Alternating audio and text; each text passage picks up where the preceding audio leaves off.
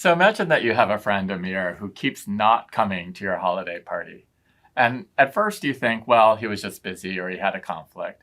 But after this happens over a course of years, you start to worry that something else is going on. So finally you sit him down and ask him if anything's amiss. And he says, to your shock and mortification, the reason that I don't come to your holiday parties is because they're so racially homogeneous, and I often feel like I'm the only person of color there. So at that point, a very common response is to engage in what we call ADDA behavior, which stands for avoid, deflect, deny, and attack.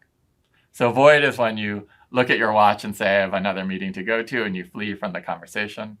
Deflect is when you change the topic of the conversation to something that's more comfortable to you. Deny is when you produce evidence that the person is wrong, right? So that you say, look at the person of color I had at my holiday party 5 years ago.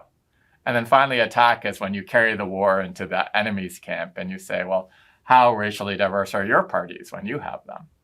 And all of these forms of conversational behavior are unhelpful because they keep you from engaging with the point that Amir is really trying to make. The point of identifying these ADDA behaviors is not to say that you're a bad person if you engage in them. To the contrary, every human being engages in ADDA behavior sometimes. And even as seasoned diversity and inclusion professionals, we find ourselves falling into these conversational traps all the time. Rather, our goal is to move you from reflexive to reflective behavior. So ADDA is often reflexive as a response to what you're hearing in the conversation. We want you to pause and consider what you want to say so that you're even using the same words potentially, but it's coming from a more reflective place.